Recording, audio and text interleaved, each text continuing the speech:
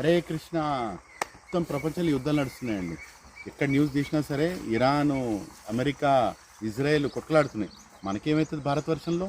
ఆ రోజులు పోయినాయండి. మనం పూర్తిగా ఆధారపడుతున్నాం. పెట్రోల్ ఒకటే కాదు, మీ అందరు పెట్రోల్ ఒకటే అనుకుంటున్నారు. ఫర్టిలైజర్స్ ఏది మన వ్యవసాయం చేయడానికి ఏదైతే ఫర్టిలైజర్ కావాలనో అది కూడా మనం బయటని తెప్పిస్తున్నాం. ఎంత కర్మండి మన దేశానికి. ఒకప్పుడు మన దేశం ఎంత ధనమైంది, గౌమాతతో నిండిపోయిన దేశంలో ఇవాళ గౌమాతను పక్క పెట్టి బయట నుంచి ఫర్టిలైజర్ తెప్పిస్తున్నారు. విషయం తెలుసా? ఒకప్పుడు ఒక్కసారి వచ్చే ఖాతాని 2% చేయడం కోసం ఫర్టిలైజర్ బయట నుంచి తీసుకొస్తే అయిపోగానే ఇంకా వేయాలని మనిషి ఆశతోటి, ఆశాజీవి అంటారు కదా, పిచ్చి ఆశతోటి ఇంకా ఫర్టిలైజర్స్ ఇవాళ పరిస్థితి ఏమైందంటే ఒక ఖాతాని 8 వరకు పెంచుకున్నాం, 8% పెంచుకున్నాం. కానీ ఫర్టిలైజర్స్ 250% పెంచుకున్నాం. ఇవాళ ఫర్టిలైజర్ లేకుండా వ్యవసాయం చేయట్లేదు, కొనుక్కోవాల్సి వస్తున్నది.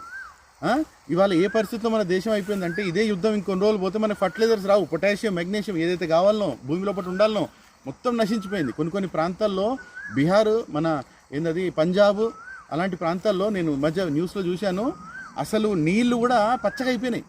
అంటే చాలా దారుణంగా ఫర్టిలైజర్స్ వేసి ఇప్పుడు ఏ పరిస్థితికి వెళ్ళిపోయిందంటే ఫర్టిలైజర్ లేకుండా అసలు వాళ్ళు పెంచలేరు. భూమి మొత్తం నాశనం అయిపోయింది. అయితే భూమి సేవ్ ద సాయిల్ అని పెద్ద మార్కెటింగ్ చేస్తారు, డొనేషన్లు తీసుకుంటారు, కానీ ఏమీ చేయట్లేదు. చేయవలసింది ఏంటి?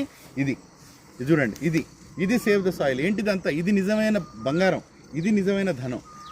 గౌమాత ఇచ్చే గౌపేడ, గౌమూత్రం, వీటిని మనం కరెక్ట్గా ఉంచుకొని వీటిని కరెక్ట్ మనం వ్యవసాయంలో వాడుకుంటే ఏం వేసే అవసరం లేదన్న. పూర్వీకులు ఎక్కడి నుంచి తెప్పించారండి? ఇరాక్ నుంచి తెప్పించిందా? ఎక్కడెక్కడి నుంచి షిప్పుల్లో వచ్చిందా? ఏమీ రాలేదు. మంచి ధాన్యం ఎంతో బాగా వచ్చింది. మన గౌమాత ఇచ్చిన ఈ ధాన్యాన్ని, ఈ ధనాన్ని మంచిగా పెట్టుకున్నారు, వ్యవసాయాన్ని వాడుకున్నారు, వాళ్ళ ఆరోగ్యానికి వాడుకున్నారు, గౌమూత్రాన్ని వాడుకున్నారు, గౌపేడని వాడుకున్నారు, ఆవు ఇచ్చిన పాలు, వెన్నె, నెయ్యి అన్నిటిని కూడా వాడుకున్నారు.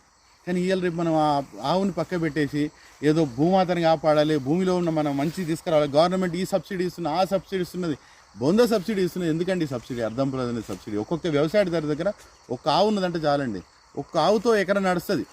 జస్ట్ ఆవుకి మంచి ఫ్రెష్ గడ్డి పెట్టండి, ఆ గడ్డికి కూడా ఇచ్చే ఆహారం గౌమాతనే.